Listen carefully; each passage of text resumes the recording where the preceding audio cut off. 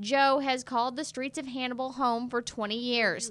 In that time, he's seen the numbers of homeless people grow. I see things getting worse. I see more people where I care to shake a stick at. When I first got to Hannibal, there was probably 10, 11 people homeless, but this is in the summer. Now he says those numbers can reach as high as 40 during the summer around the 4th of July.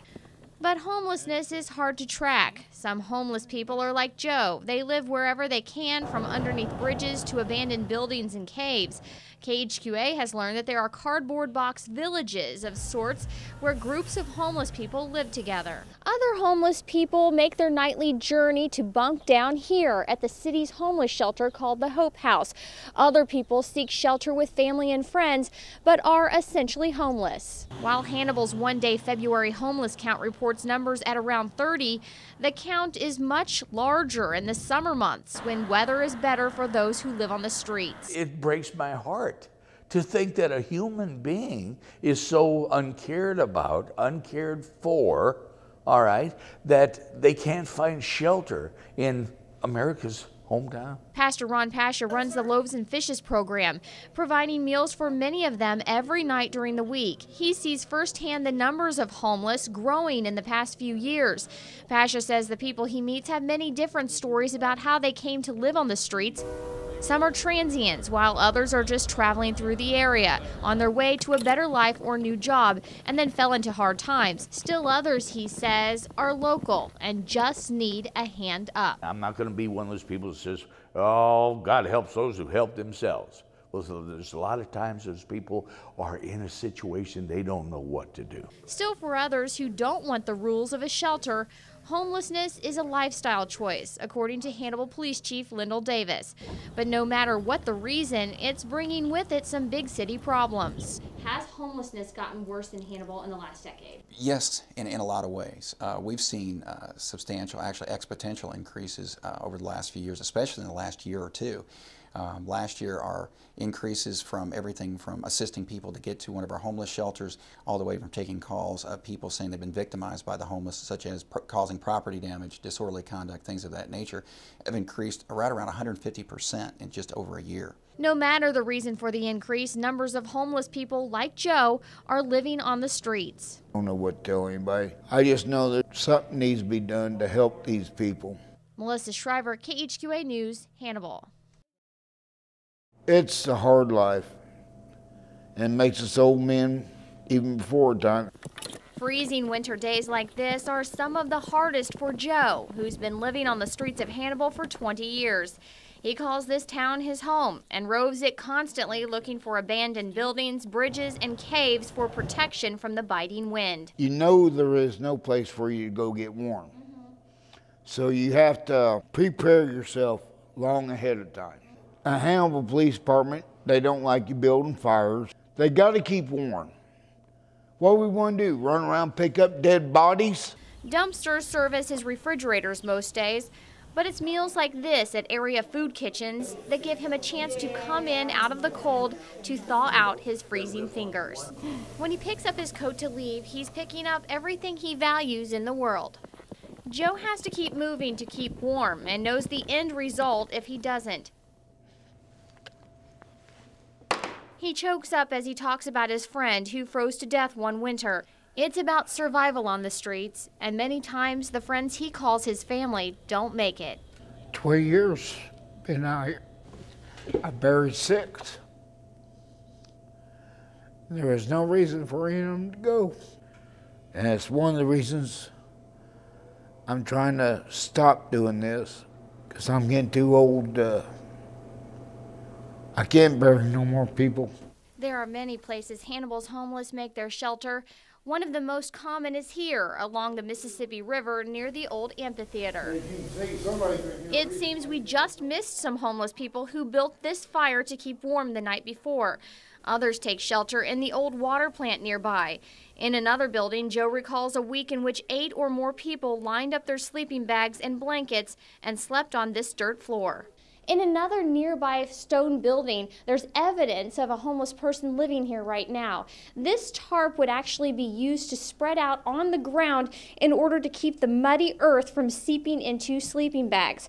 Joe says one summer 40 people called this area home, many of which were transient people who hitchhiked or hopped trains to get here. But Joe says others are just people from around here who are down on their luck and hit the bottom before coming back. They're not all drunks, bums, whatever. I know right now 50 people in this town that originally was homeless that are now good, productive citizens. And none of these normal citizens would ever know that. Melissa Shriver, KHQA News, Hannibal. Howard Miller spends most of his time on the streets of Hannibal, but there is one thing he can count on, and that's a hot meal every weeknight at the Loaves and Fishes program. What would you do without Loaves and Fishes? Chances are I'd probably go to bed without eating. I'm on disability and I pay out all my money on my bills and I don't have extra money for food. Everyone from homeless to low-income individuals to people who just want to fellowship flock to this free meal every night. But it's the volunteers who say they're the ones leaving this place fulfilled. It's our duty to share, and we realize that because we are blessed, this is one way that we feel that we can help in our community. Down the road, Pam Rivera has started up her own soup kitchen on Thursday afternoons. The owner of the former Abbey Rose restaurant was prompted to do something to help the growing homeless numbers. Now this meal is open to anyone who needs it, with a donation jar at the door.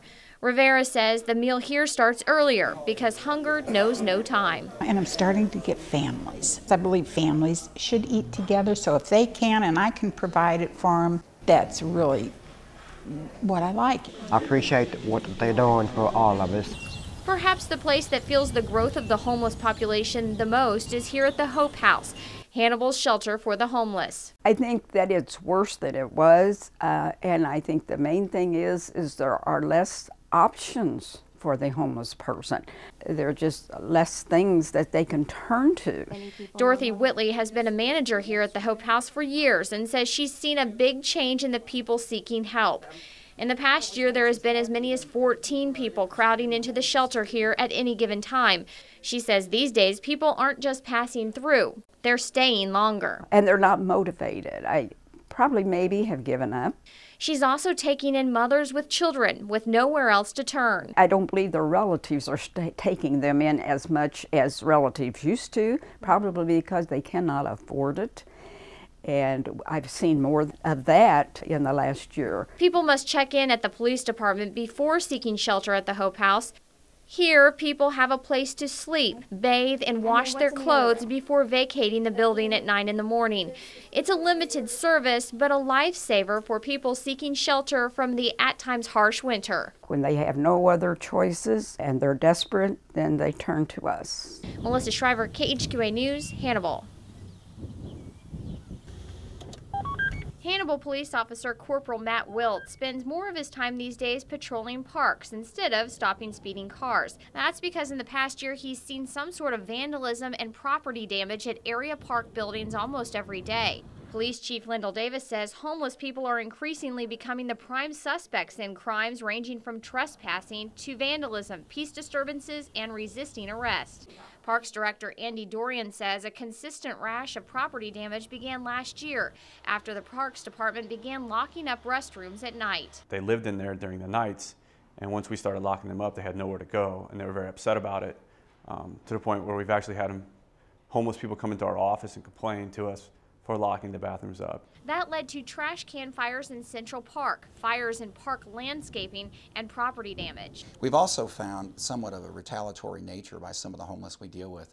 Some of our park buildings have been victimized by the fact that if a parks department tries to control access to a certain building or won't allow them to sleep there at night in a certain building, then the next thing you know, the building is vandalized by everything from property damage, starting fires, breaking off sinks that seem to be directly related to the homeless environment that we have. One of the hardest hit areas in town is right here in downtown Hannibal at the Wyman's Pavilion, as well as the restrooms across the street. The destruction here ranges from regular property damage to feces being spread in the sinks and on the walls. Just nearby, Corporal Wilt found this bag of a homeless person's trash left behind with his business card, as if a homeless person were sending a message to police.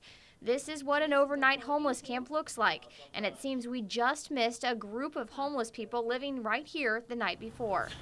Chief Lyndall Davis says the growing numbers of homeless people his officers deal with aren't people down on their luck. He says they're mostly transients who've chosen Hannibal as their home. Probably 99% of what we're dealing with are people that almost choose this as a lifestyle, that they refuse a lot of assistance from the structured environment. They may go to a homeless shelter for a short period of time, but they're often resistant because they don't like the rules or the structure.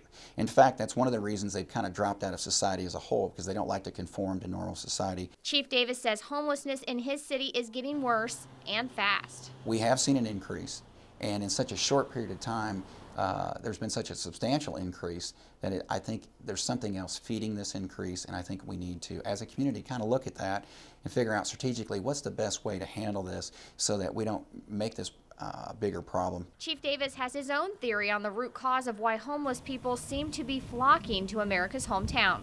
We've become such a desirable location for so many of the transient homeless, not only to visit here, but to stay.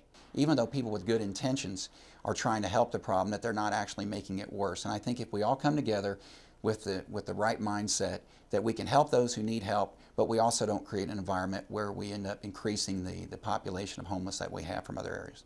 But until a solution is found, officers like Corporal Wilt will continue to deal with the fallout from the growing homeless problem during his daily rounds. Melissa Shriver, KHQA News, Hannibal. Just in there. Sometimes they're in there drinking or